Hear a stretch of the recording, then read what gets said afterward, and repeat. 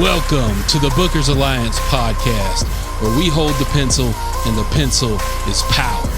Coming at you right now is your host, Marky Mark, along with the man, the myth, the legend, Frank Donaldson.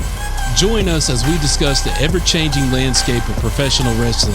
So hang on tight, you jabronis, and enjoy the ride.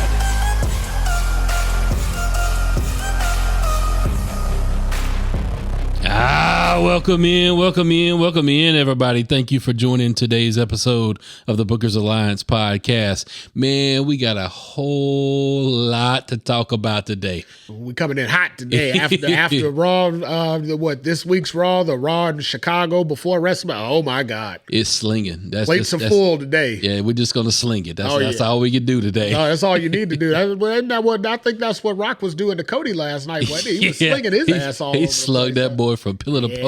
You ever heard an old song called Whipping Post? There you go. He took him out back. He took him out back last night. Yeah, that's what the old timers had to do to the young pups every now and again. You had to take them out back, teach them a little lesson. Took him out back to the woodshed. Yeah, hell yeah. He took him out back in the rain and on his own damn bus. And as I'm watching it, I'm like, damn, his wife and kid and dog are right inside the bus and he whooping their ass right out. Man, come on with it. Like, whew. All right, so we do have a topic, but we're gonna it's gonna be a while before we get to that topic. Good Lord. But the topic for today is called directions, please. Okay. We just need directions. Yeah. But as LA Knight would say. There you go. Yeah. But first off, we want to do a small little, just a recap, if you will, of last night's Monday Night Raw emanating from Chicago. And holy crap, probably one of the best episodes of Raw that I've seen in the past 20 years. Yeah, they filled that episode up. They didn't give you, there wasn't any dead area. There wasn't any, go get your popcorn or, hit the bathroom. When the show was on, they were on. I mean, literally and figuratively, they were on last night. So from Cody and The Rock to Drew, Punk, and Seth to Mommy and Becky to, just you name it. They had every angle going on last night. Oh yeah, crowd was hot. Chicago's always Chicago crowd. Oh yeah, hometown. Yeah, hometown fan. Now we gonna get. I mean, and then they had Punk coming, so they were already geared up as soon as the opening music started.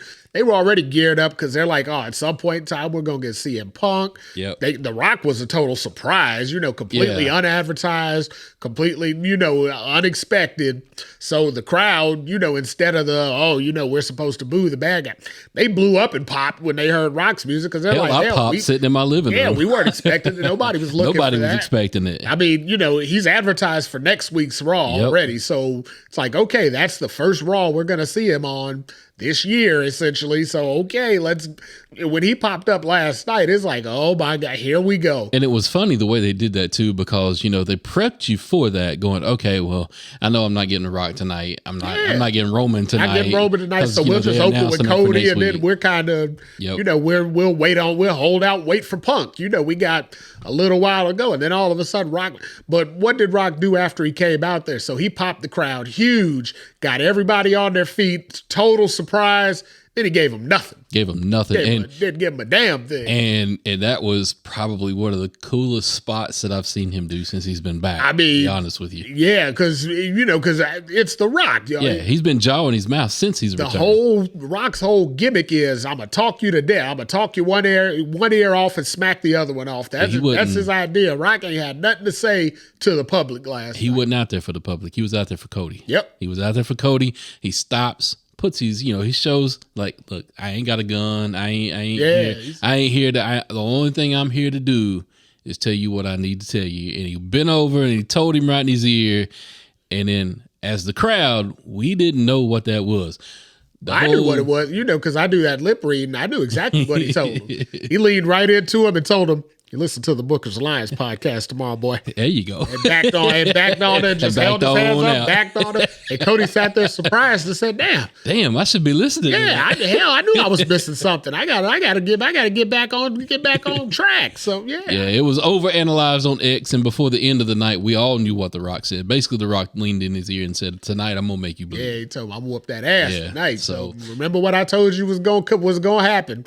Tonight's the night, boy. And I like the way that they held back back on it. I like the way it was reserved. I like it when Jackie Redmond approached The Rock. The Rock said, "Go ask Cody. Yeah, go ask his ass. I ain't telling you nothing." And then Cody, he almost looked like a scared little pup too. Well, when they came and hit him in the back, he said, "Oh, he said a promise he isn't gonna be able to deliver on." Yep. Well, I don't know about that. Sometimes. Yeah. So let's go ahead and lean on into that, because that ending segment between The Rock and Cody, that was probably one of the most memorable segments. That'll go down in the annals of time. Yeah. That'll be. We'll see that for ages. That's like the belts going over the bridge. That's like the Austin beer truck, the Angle milk truck. Yeah, that's one of those things that they'll be able to take clips from that. Yeah. We'll see those for ages. Yep. But the way that The Rock just beat him down last night and just left him in the cold, in the rain, outside his bus, in his own blood, and I mean, shithead barking on the inside and then trying to get to his daddy. But how they did that, the cinematography alone. Yeah, I'm a sucker for, y'all know me, I'm a sucker for stories and I'm a sucker for cinematography. Yeah. The way they did it, they couldn't have asked for a better setting. At night, in the cold, in the rain. Yeah. How he did that, it looked like it was straight out of a movie. It looked real. It looked real. Like he was really there beating his ass. It looked like a Chicago street fight. It looked like them two got into it outside of some bar, and damn it, the fight spilled outside of the bar, and he whooped his ass right there on the street. But what I like most about what they did, Rock did it himself. There was, he didn't. Yeah. There wasn't, by the time Rock got involved, Solo was gone, Jimmy was gone. Everybody was out of the frame by that point.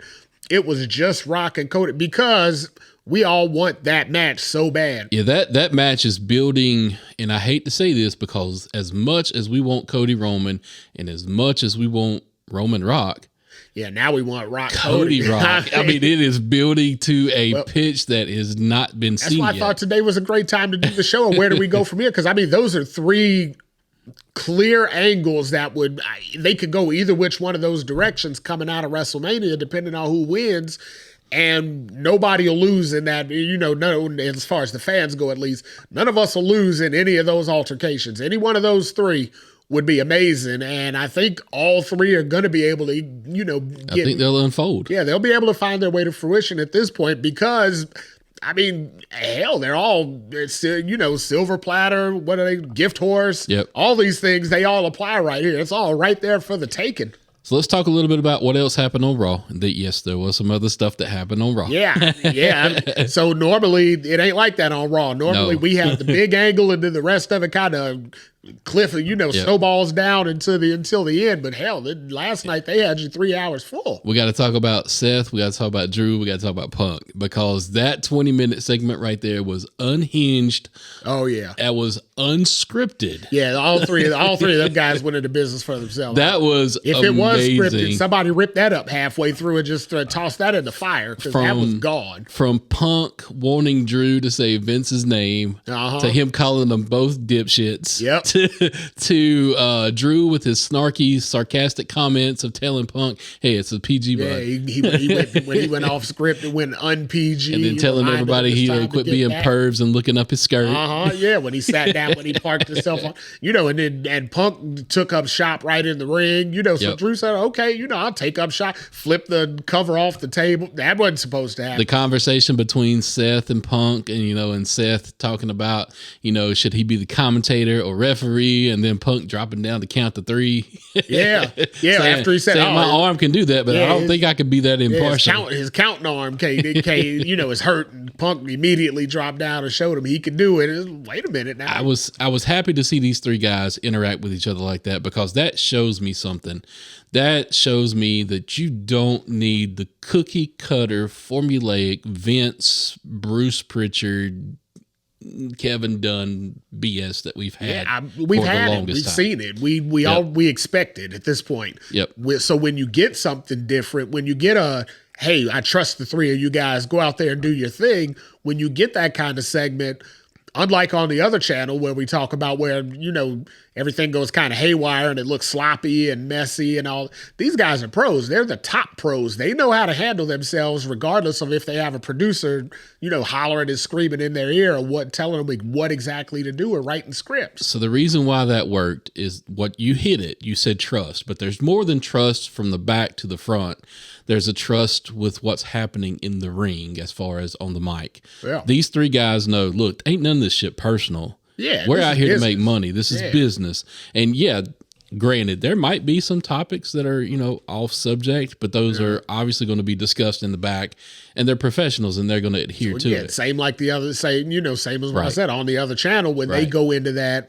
Same with CM Punk. I mean, it, and it's good to see him be able to do these things because they're showing, here's a guy, if you've got structure in the back, you can keep a guy like Punk in line. Yeah, things don't have to go off the rails because they lean a little bit into reality. And I think if you you hit the key word, structure.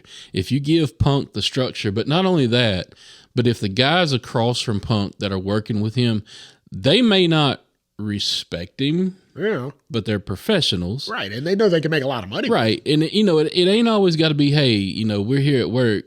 We don't have to be buddy. We don't have to be friends. We don't have to be family. Go have drinks afterwards and all that. Right. We're here to make money. We got to work together. So we go out there. We got 20 minutes. We go out there and make the best out of them 20 minutes. As soon as we get in the curtain, get as far the hell away from each other as we have to. We don't need to interact no more. They don't. We don't have to do any of that. But for this little bit of time in the day that we got to work together, let's go out there and make it the best. Yep. So those three guys killed it. Mommy and Becky Lynch went out there and killed it last night. They had a definite passionate promo between each other. And, we talk about, the whole, hey, stay away from these topics. I think there might have been a nerve hit, but I think Becky was ready for it because, but the way that Becky, when Rhea said, your daughter will be calling me mommy. Yeah. And Becky looked at her and was like, she had to take him a second to gather, wait a minute. She took a second, but that's because she knew that line stung. That line stung like hell. She had to sit there for a minute like, God, she got me. I got to come up with something. That mommy and Becky Lynch came back though. Yeah. And she's like, look, that's your one pass. That's all you get. Now I do got something about that because CM Punk said the same thing when he told Drew McIntyre, I'm tired of these little scrawny ass wrestlers like Becky Lynch and CM Punk telling these big hulking beasts of mortality and Rhea Ripley and Drew McIntyre how they're getting one damn pass. Come on now. They can take two damn passes. They could have took all the passes they wanted last night. They could have said whatever they wanted because at the end of the day, Drew ain't going to get beat down by no CM Punk. And Rhea ain't gonna get beat down by no Beckett. Now, but I can tell you who we may make it look good on TV. But I can tell you who is gonna get beat down by Becky Lynch. Did you see that punch that Dom took from Becky? Yeah, well, I mean, so dude, that was on the button. Yeah, that was Dom's role last night. It's like, look. It's coming hard way. I'm sure he sat down with Becky and told just go ahead and lay it in because it's one shot. It's not like she's gonna hit him 15 times and knock all his teeth out and all that. It's like, nah, lay it in. Go ahead. Give me all you got. Yep. Make it look. If Dom didn't say it, whoever their producer was, damn sure said it. Yep. So you clock that boy right in the mouth. He gonna lay down and then we'll go into our business from there. But the fact that they zoom in on it, they got that dead angle, you can't fake it. No. You can't pull it. At this point, you just got to do it, and we'll figure out the rest afterwards, The Sami Zayn, that story is kind of intriguing with, them instilling some self-doubt into if he can actually beat Gunther. He can't. I don't think so. I honestly think that you're going to see probably a Chad Gable, Sami Zayn training montage somewhere along the way. Rocky. It might be the Rocky. They're going into Philly, so they're going to do the Rocky deal. Right, but I honestly think your true person to unseat Gunther in the Intercontinental Championship should be Chad Gable, in my opinion. Ooh. I like the David Goliath. I like the whole payback angle from Gunther making his daughter cry. I like that. To me, that story connects more than Sammy's story for whatever reason. Definitely, it definitely connects better, but I still don't see. Somebody's got to take that belt off him because it's time for Gunther to jump up to the next level. So and I think that's going to talk. We'll get more into that with where do we go from here, right. Because and we'll just you delve into it just a little bit. So if Cody wins the title, right? Let's say he wins the match, he wins the title. He's got to jump over to SmackDown, right? He does. I mean, he can't be a Raw. We damn sure can't have 2 champions on Raw again. We've had that conundrum before. Right. So one of two things is going to happen. You're either going to have to trade some talent around or you're just going to have to go into a draft. They're not going to do a draft right now. No, I think draft is scheduled for September sometime in there. It's later on in the year. But I think if your top babyface on Raw gets incorporated into SmackDown, well, you can't leave Raw empty-handed. So I think there's going to be some changing talent among the brands. I think you're going to see that. I don't think it'll be a draft. It'll be more of a trade situation. You're going to see that. If that were to happen, though, then my suggestion for trade would be if Cody has to go and somebody's got to come over, you bring in the person to beat Gunther. And my call for that would be Braun Breaker. Braun Breaker. I would love to see Braun Breaker on Raw challenging for that Intercontinental title. I would love to see Braun Breaker over there challenging for that. And I mean, if you're looking at Gunther, you're looking at, okay, who could realistically, not really, but realistically beat Gunther in a match? Yeah. Braun Breaker's standing above, head and shoulders above Sami Zayn and Chad Gable. Yep. So let's go ahead and get into the topic. We done a little recap of Raw.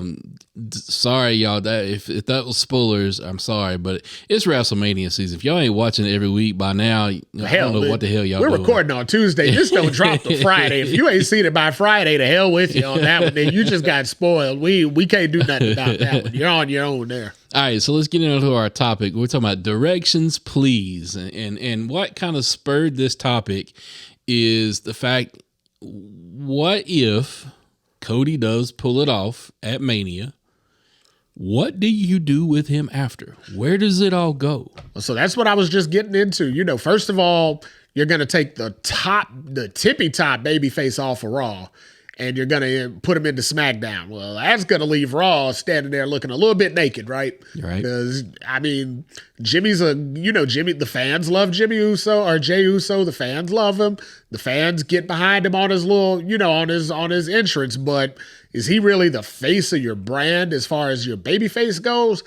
I don't know about all that, right? Like, I don't see him carrying the load. He ain't the tribal chief yet, so I ain't seeing him carrying the load over there. And short of a lot of roster moving around, you would leave them with nobody to be that face of the brand. So that would pose a problem in and of itself there. And the other part, who the hell is Cody going to wrestle on SmackDown? So they've planted a few seeds. They've planted the seed of Solo because they told in the Bloodline story, Solo is supposed to be the one that succeeds Roman, right? He's supposed to be the successor. Yeah. That's been told, right? Yeah. So the problem with that is, though, Solo is not Roman. He is. No, the same way Jay ain't ready to be the face of the brand on Raw, Solo ain't ready to be the main heel of SmackDown yet. That's just not, it ain't, we ain't there yet. Now, could they eventually turn him into a great villain? Absolutely. But at the same time, he is still not going to be Roman. Roman is rare air. Yeah, he's a quintessential performer. You ain't factoring them guys out of the NXT Performance Center. You're not going to get 100 of those on the assembly line. There's several guys that have walked through the professional wrestling years that have stood out, and you will never, ever see another one of them. Yeah. Andre. I mean, Cody said it as much just the other day. He said he's already come to understand the fact that out of this generation of wrestler, the kids are going to say, I want to grow up to be Roman Reigns. Right. And Cody's, kind of what Roman told him. He is the greatest number 2 out there, but even Cody knows he ain't on Roman's level as far as character yet. He's not on Roman's level, and I can admit that as a Cody fan. Roman is... You're not going to cry about it, though, are you? Hell fucking yeah. I'll cry. Look, it's my party, and I'll cry if I want to. I can only imagine how much crying LaGreca did today. Good Lord. I could see tears coming out of his eyes through the damn microphone Everybody's laying flowers at the bus. Good Lord. I mean, he probably burned his pink robe. I mean, either that or he's flying it on a flagpole. Oh, Jesus. But going back to what I was talking about, though, just the guys that have come through the years that there'll never be another one of like Andre. There'll never be another Andre. No. Hogan. There may be guys that have runs like Hogan, but as far as the popularity and how he broke the culture, the character that he is, right? There'll never be another Hogan. No. So Roman is in that air right now. Yeah.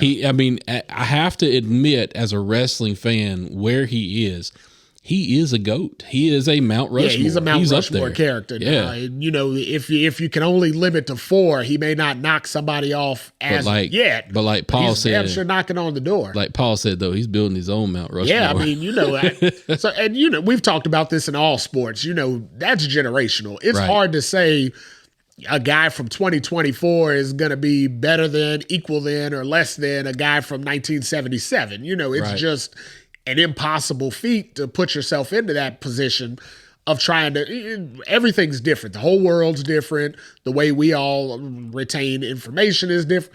There's no possible way to say, I watched 15 Bruno matches and I watched 15 Roman matches and I say Roman's better. You can't do that. It's the whole body of work, and you can't encapsulate a whhole body of work in a GOAT conversation. That's the whole Jordan, Kobe, LeBron debate. Same thing. 3 different generations, 3 different eras. You can't say, which one of those 3 is the best, because A, they never played head-to-head in their prime, and B, the sport has changed so much throughout those 3 eras alone. I mean, not even accounting for the Dr. J's and the Wilts and all the others.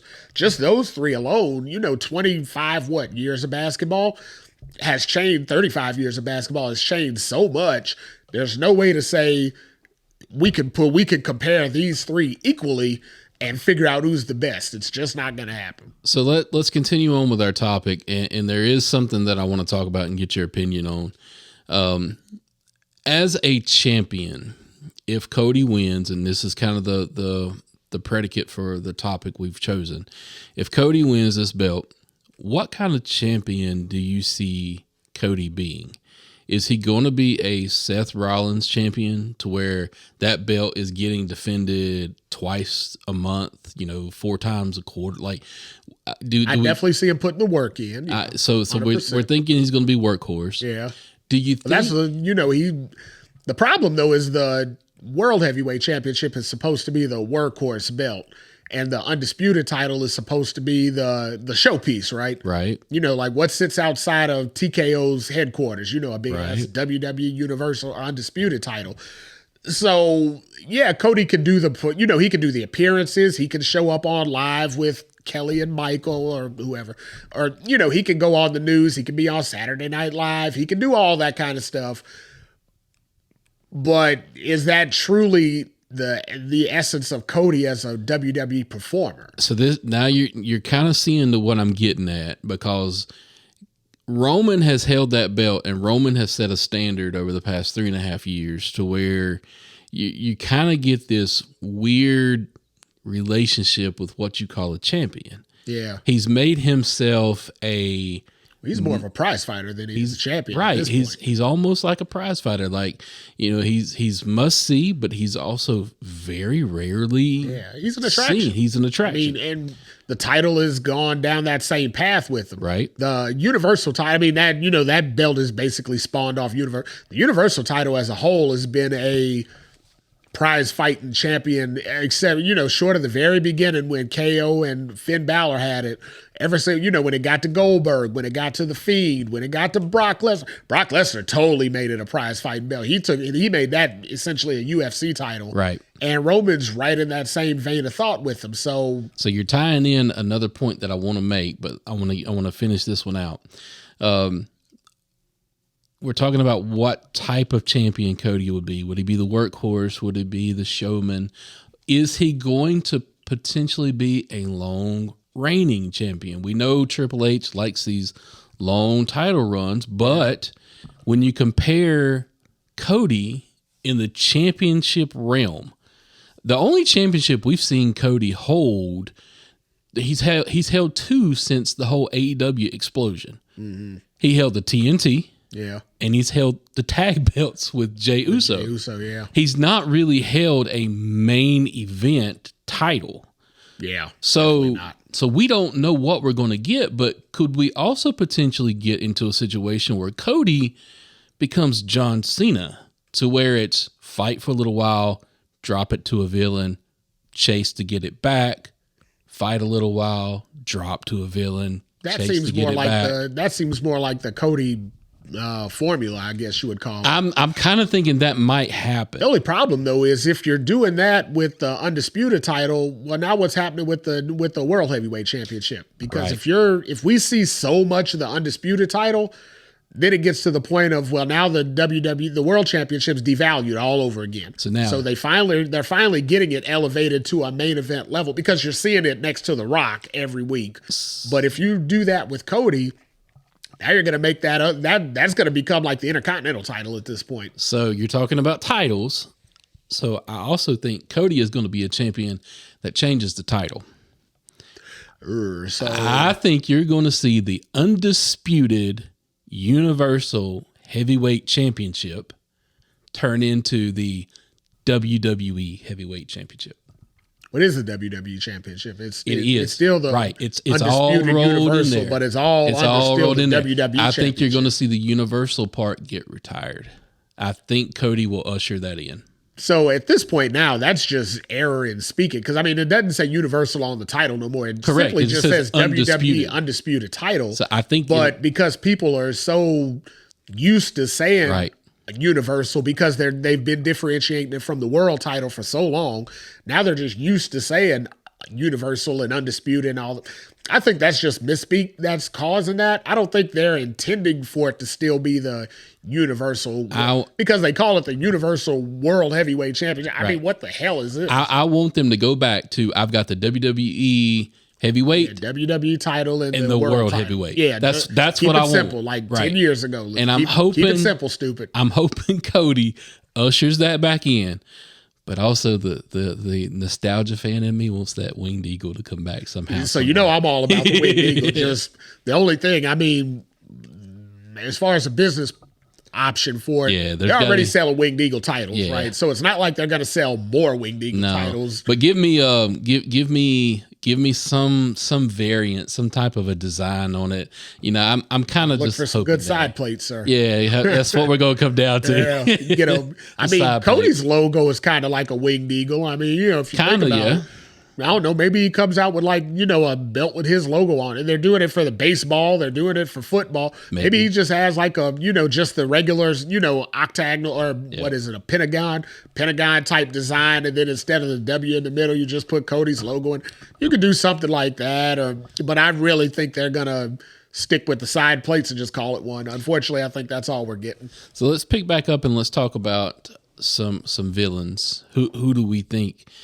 You've already talked about Braun Breaker for Gunther. Yeah, I would like to see Gunther for Cody. I would like to see that's the thing. I feel like you got to get the IC title off of Gunther before you start doing that. So you got to get him involved with somebody to get it off of him. Yep. And so, like I said, to me, that would be a Braun Breaker. And then Braun could go on and do the whole mid-card thing, where he's defending the title, all that. But yeah, then you absolutely elevate Gunther right up to the Cody status. I mean, we're talking SummerSlam. That's your SummerSlam main event all day long right there. Absolutely. I mean, and if Roman's on hiatus, for the summer or whatever, perfect time to bring it back. If he, and this is all, if Roman loses and Cody wins, perfect time to bring it back. Let Gunther and Cody go out there and start wrestling for the belt.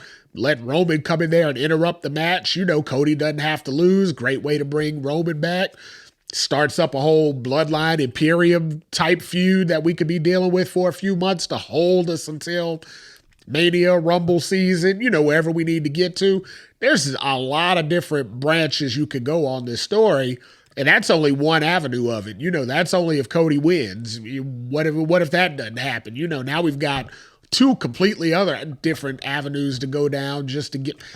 So, I mean, damn, it's a good time to be a wrestler fan. Good Lord. It's a great time because there's so many possibilities. The roads are endless. So let's talk about the three possibilities that we kind of talked about at the beginning of our show. We talked about the match that we're getting, which is Roman Cody. Mm-hmm. The match that we could get somewhere down the line, which is Rock Roman. Mm-hmm. Or the other match we could get, which is Rock Cody. Now, granted, Rock Cody seems to be the hot. It seems to be the hot match right now. Yeah, but that's a Mania match all day long. That's a 41. You don't have, has to be a 41. You don't have any kind of interaction with them short of the stuff that we've been seeing lately anywhere except WrestleMania. And I know you brought it up before. WWE's trying to pump the PLEs up to be like equal and all that. Hell with that. Rock's a WrestleMania. Rock's WrestleMania. Yeah, Rock may show up at your PLE, but if you're getting Rock in some tights and all that, Rock's a WrestleMania guy. So to get him in the ring, to see him perform one-on-one with Cody, that's WrestleMania 41 all day long. That's damn near as big as Hogan Rock. And then the thought is people are starting to spin the idea of, well, if Rock and Roman actually happen, a lot of people see Roman as the babyface in that match. Yeah.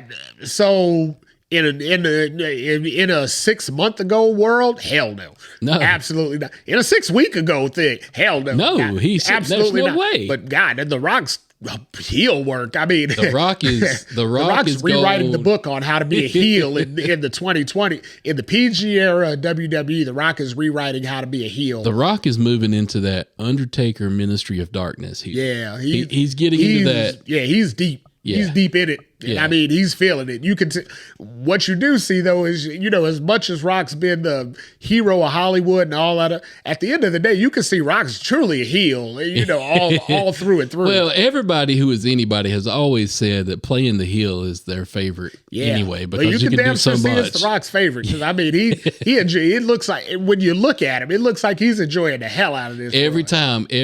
Yeah, well, we'll throw a little something in here. I saw something today where they were saying every time The Rock says "Mama Rhodes," you got to take a shot. Oh, yeah. We'd all be drunk as hell. Yeah, hell, you'd be dead. Hell. But talking like he's talking to Mama Rhodes and like he's talking to Cody and everything else. What all he's doing right now is, I don't know that I ever want to see Rock go back babyface. And that's the thing, Roman, his face could be good. I mean, this is how you make your top star. Right. You give him that. They tried him as a babyface. They tried their damnedest with Roman as a babyface. Failed on every angle. Yep. None of it worked. Now he went heel. Now, and even as a heel, he still gets cheered a lot. Not now, not right at this moment. Look at all the people that are Cody fans still putting their ones up. Yeah, exactly. So, and again, 6 weeks ago, Roman was getting equal cheers as Cody. I mean, before this whole Rock thing started. But Rock retaught the fans how to cheer and boo. He retaught the fans, what to look for as your top heel. Again, he's rewriting the heel persona in wrestling right now, and it's a great thing to see. So another thing about directions, please. Where do we go from here? Throw in something else real quick that I want to talk about. We have lived so long in the WWE under the PG era banner. Yeah. Okay. Do you feel like this PG era banner is kind of being taken down? So I feel like the Netflix thing is probably playing into that because we don't know how it's going to be rated in Netflix. We don't know what kind of sponsorship they're going to have to look for in Netflix. But as far as the PG, they're starting to push the boundaries of it. But what happened when Rock came out there last night? The fans holy shitted, and all we got was holies. So yeah. I mean, So I tend to agree. I think the Netflix thing is going to break some more boundaries as far as getting us out of the PG era. Yeah. Now, granted, I'm a father. I got 2 young ones. Mm-hmm. But just as anybody else, it's my job as a dad to govern what those little ears hear and what those little eyes see, right? Yeah. If adults want to see it, the adults should be able to see it and hear it. So I think Netflix is going to cause a crux in viewership. I really think you're going to see WWE come out of the PG era. But I also see Netflix doing options to where you can watch this stream that is edited and you can watch this stream that is unedited. So I think they'll give them a choice. They'll have to figure something out. Yeah. I mean, with Rock in the picture, you want to capitalize on what The Rock gives you, right? Right. And I mean, The Rock as a character, be him face or heel, Rock's going to use foul language, right? So Rock's a lot like me. We're going to use foul language. I mean, we may not intend to do it, but when we get passionate about it, damn it, stuff starts coming out. So, you know what I mean? And Rock has said, nothing less than that. He said, hey, when I'm passionate about it, it's not that I'm going out there just saying I got to get in my 7 cuss words and all that. It's not my goal. He said, but when I'm passionate about it, I want it to feel real. Yep. I want it to feel like how it would feel if you were standing right there across from me. And he's like, that's just how it would come across, which is true. I mean, in a world, and you got a 280 pounds, 6'4", former athlete, big strong man out there. He's probably not going to go out there and say, pardon me, but could I behoove you to allow me to, that language probably ain't going to come out in a physical world of like wrestling. I was waiting on you to use the term silverback gorilla. See that. So they talked about that about Mark Henry once, and Mark Henry said he felt like it was completely racist. So I keep my world out of all that. So after you get canceled, we'll be taking auditions for a new co-host here. So. I'm Marky Mark, and I'm the next to get canceled. But I also think with Roman and the ability to be babyface, talk about the character work that it took for him to get to the tribal chief. Yeah. The character work it would take for him to get back all the way on the other end of babyface, that would be almost like, how do you trust him at that point? Well, I mean, like, as storyline wise, right. I'm not talking about Joe Anoa'i. I'm not, I'm talking about storyline. Like, how do you trust Roman Reigns? It was hard enough for them to spin that angle around Jey Uso. Yeah. How do you spin it around Roman? So, it really depends on how far they're willing to go and what they're willing to do, right? Again, like, I go back to Roman's original Roman Reigns run, the top dog, or what was he? He was Big Dog. Big Dog. Yeah, Big Dog. They hated the Big Dog. Couldn't stand him. His yard. Yeah, everybody hated the Big Dog. Couldn't stand it. Hated him to a T. Hated his guts. I mean, you could. But when he came out there as Joe and said, I got to step away because I got leukemia, everybody wrapped Roman Reigns and Joe Anoa'i in their arms and said, damn, all bullshit aside, we really want you to be okay. Yep. And I mean, that was an instant reaction. Then Roman came back 6 months later, said, hey, y'all, I beat Catch. Man, everybody cheered, stood up, clapped hands, all that. About 3-4 months later, couldn't stand Roman Reigns again. They said, damn, boy, you good? Oh, yeah, we hate you again. We hate everything about you. So, there's ways to do it. It's just how far they're willing to go to do it. But I tell you, lean into that a little bit. You can get Roman Reigns all the sympathy and love you want. I'll tell you a good way to do it. A good way to do it would be to involve that family tree that The Rock showed. Yeah. To me, that'll never go away now. No, after the effort they put forth into showing that'll always somehow I know that's always going to appear on our TV. And if you in get one form or fashion, if you get a family battle out of it, that's cool. But the way that I could see them turning Roman back babyface.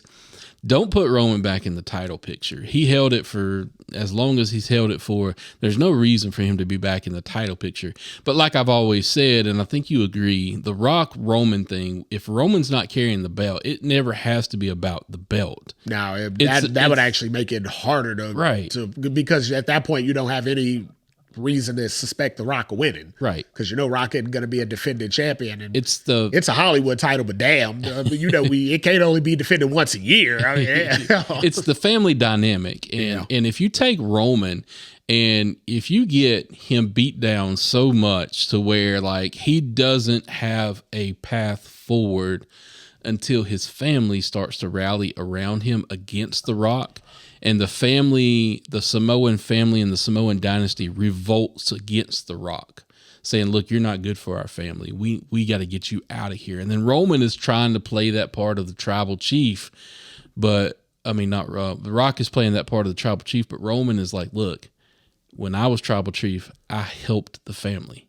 I helped everybody. You're hurting the family. If they came at it in that angle and tried to get like all of that around Roman, I could see him back babyface.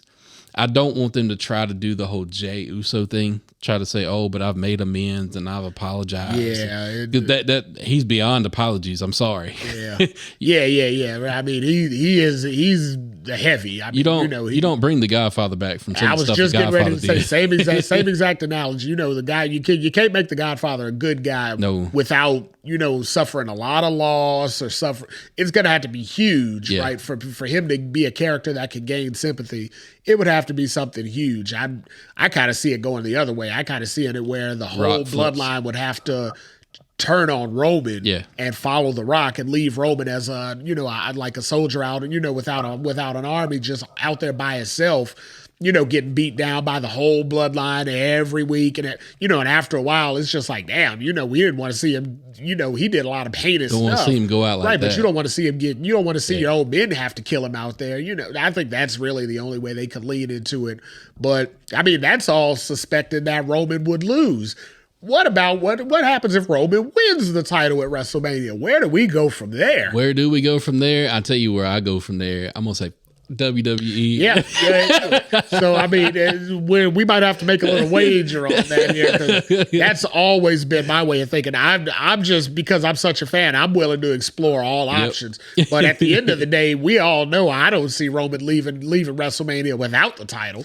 I see Cody sitting right on his ass, right in the middle of the ring again, with a sad face and that shithead dog sitting in there barking in the back, and Brandy Rhodes saying, "Well, what happened, hun? And I ain't bring no belt home tonight, babe." I feel like that's going to be what we're going to see. The ending that I'm pulling for, honestly, I'm pulling for Cody to pull it out, but he pulls it out because of The Rock. And The Rock has been a double agent the whole time, working deep undercover as a heel. Oof. Yeah, and he was so deep undercover, he couldn't even let Cody know. Well, so the only problem with that is then we got Rock being a face again. Yeah. So, I mean, that puts us in a weird predicament. So, I don't know. So, as you can see, many different ways we can go.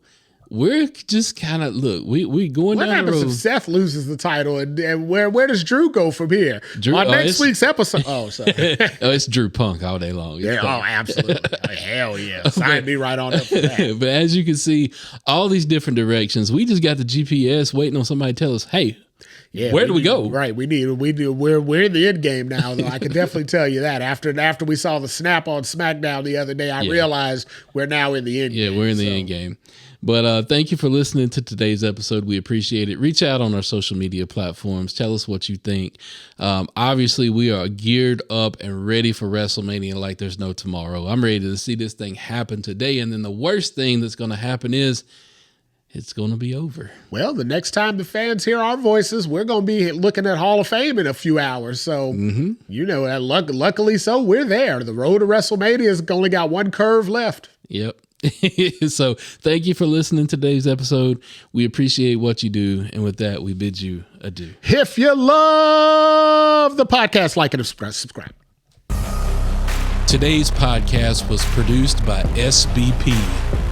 You can find our podcast on all major podcast platforms. Also, connect with us on our social media accounts. Search for The Bookers Alliance on Facebook, Instagram, YouTube, and X.